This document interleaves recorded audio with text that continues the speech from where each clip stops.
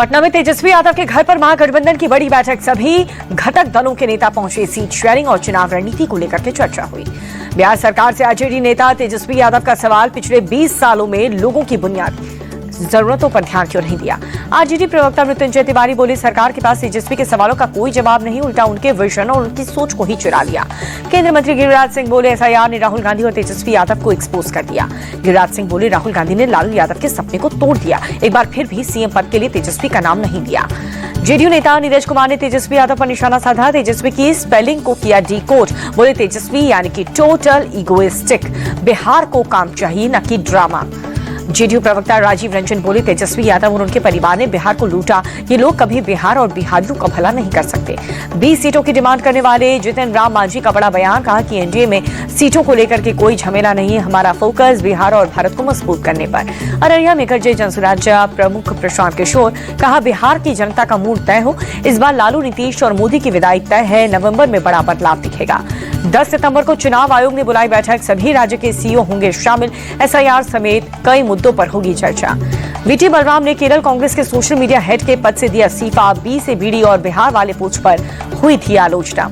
आकाश आनंद के ससुर अशोक सिद्धार्थ ने बीएसपी चीफ मायावती से मांगी माफी, कहा आगे से ऐसी गलती नहीं होगी।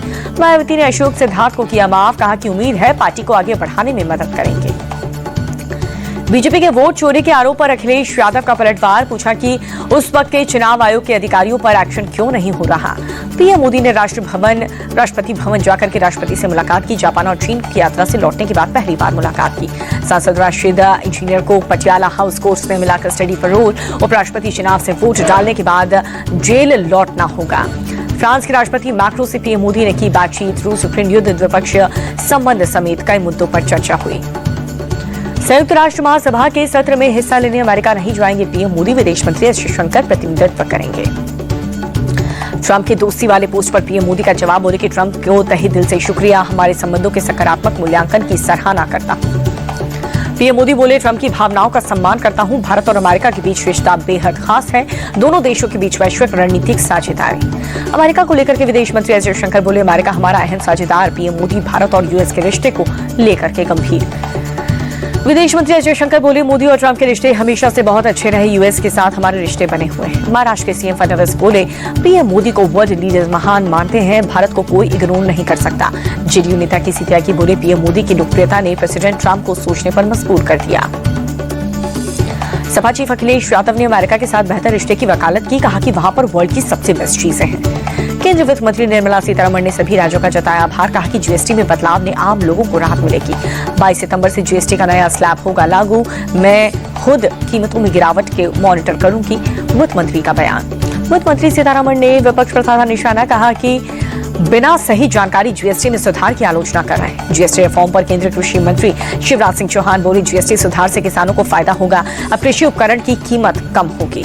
शिवराज सिंह बोले, किसानों को हित सरकार की प्राथमिकता, किसान, पशुपालक और मछुआरों को जीएसटी सुधार से बहुत लाभ होगा। जीएसटी सुधार को लेकर के केंद्रीय मंत्री अश्विनी वैष्णव बोले, रिफॉर्म से मिडिल क्लास को फायदा होगा, देश की जीडीपी में सकारात्मक प्रभाव पड़ेगा। अश्विनी वैष्णव बोले, 2014 से पहले देश में टैक्स का मकर जाल था, पीएम मोदी के आने के बाद टैक्स में सुधार हुआ। बिहार के डिप्टी सीएम विजय सिन्हा का तेजस्वी पर हमला, बोले कि तेजस्वी सोने का चम्मच लेकर पैदा हुए, उन्हें जीएसटी समझ नहीं आएगी। जीएसटी रिफॉर्म पर अशोक गहलोत बोले, सरकार ने रिफॉर्म करने में बहुत देर कर दी, पहले ही हो जाता तो जनता को इतनी परेशानी नहीं झेलनी पड़ती। अवैध खनन मामले में पंजाब के कई जिलों में ईडी का छापा, 30 करोड़ की प्रॉपर्टी जब्त की। सहारा इंडिया के खिलाफ ईडी की कार्रवाई, कोलकाता में पीएमएलए कोर्ट में चार्जशीट दाखिल की गई। 1,74,000 करोड़ के घोटाले का मामला है। दिल्ली में 30 हजारी कोर्ट ने टीवी एक्टर आशीष कपूर को 14 दिन की न्यायिक हिरासत में भेजा। एक महिला ने यौन शोषण का आरोप लगाया। चर्चित राजा रघुवंशी मर्डर केस में मेघालय पुलिस के 790 पन्नों की चार्जशीट दाखिल की। पत्नी सोनम, उसकी प्रेमी, 5 लोगों को बनाया आरोपी। राजा रघुवंशी ने भाई विपिन की मांग, सोनम समेत सभी आरोपियों को मौत की सजा मिले। हैदराबाद में गणेश विसर्जन प्रोग्राम में शामिल हुए सीएम रेड्डी, प्रोग्राम में आए लोगों से मुलाकात भी की। दिल्ली सरकार का फैसला, रामलीला कमेटी और दुर्गा पूजा पंडाल को 1200 यूनिट फ्री बिजली दी जाएगी। लखनऊ में सीएम योगी आदित्यनाथ परिवहन सेवाओं को उद्घाटन और शिलान्यास किया। कार्यक्रम में कई स्थानीय नेता और अधिकारी मौजूद रहे। सीएम योगी ने सड़क सुरक्षा को बड़ी चुनौती बताया, कहा कि बाइकर्स की सुरक्षा के लिए नो हेलमेट नो फ्यूल अभियान। रायबरेली में यूपी के कन्नौज में प्राइवेट लाइनमैन ब्रिजेश राठौर के परिवार से मिले अखिलेश यादव। ब्रिजेश राठौर की करंट लगने से मौत हुई। अखिलेश यादव की सरकार से मांग, जिसकी लापरवाही से ब्रिजेश की जान गई है उस पर कार्रवाई हो, परिवार पर लगे झूठे मुकदमे वापस लो। अखिलेश यादव की गाड़ी के 8 लाख के चालान पर भड़के सांसद अवधेश प्रसाद, कहा कि बीजेपी की सरकार में कुछ भी संभव है। जयपुर में सीएम भजनलाल शर्मा ने नई रोडवेज बसों को हरी झंडी दिखाई। डिप्टी सीएम प्रेमचंद बैरवा भी रहे मौजूद। राजस्थान के जोधपुर में आरएसएस चीफ मोहन भागवत लाल सागर में सैनिक क्षत्रिय हनुमान मंदिर में किए दर्शन। पन्ना को सीएम डॉक्टर मोहन यादव की सौगात, 106 करोड़ के विकास कार्यों का किया लोकार्पण और भूमि पूजन।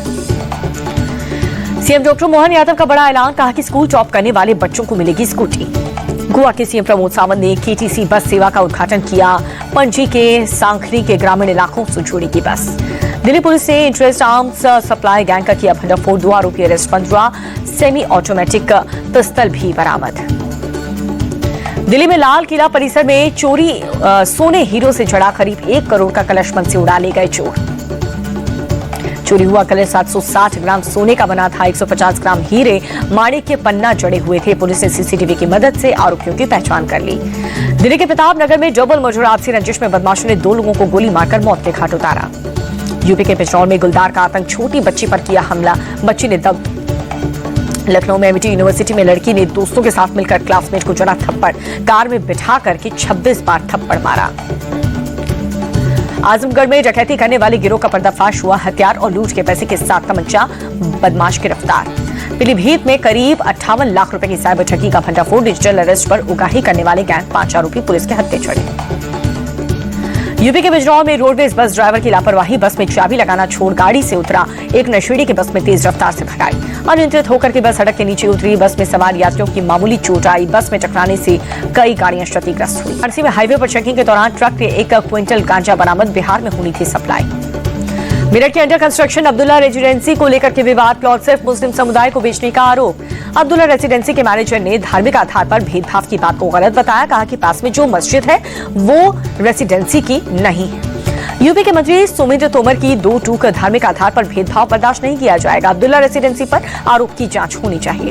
यूपी के संभल में बुलडोजर एक्शन, सपा नेता नवाब इकबाल महमूद ने सरकारी जमीन पर अवैध कब्जा कर। बाराबंकी में रामस्वरूप यूनिवर्सिटी के अवैध निर्माण पर चला बुलडोजर, एबीवीपी कार्यकर्ताओं ने सरकारी जमीन पर अवैध निर्माण का लगाया था आरोप। उत्तराखंड के हरिद्वार में एक प्राइवेट अस्पताल में परिवार वालों का हंगामा, हाथ में चोट के ऑपरेशन से पहले गई जान। मुंबई में फिल्म निर्माता कृष्ण कुमार वीर सिंह से जबरन वसूली, अभिनेत्री निकिता धाग ने साथियों के साथ मिलकर प्रोड्यूसर को ऑफिस से बंधक बनाया। बंधक बनाकर के बंदूक की नोक पर 10 लाख रुपए वसूले। पुलिस ने अभिनेत्री और उनके साथियों के खिलाफ मामला दर्ज किया। मुंबई में बम धमाके की धमकी देने वाले शख्स को गिरफ्तार किया गया। नोएडा से क्राइम ब्रांच ने आरोपी अश्विनी कुमार सुप्रा को पकड़ा है। मूल रूप से है बिहार का रहने वाला।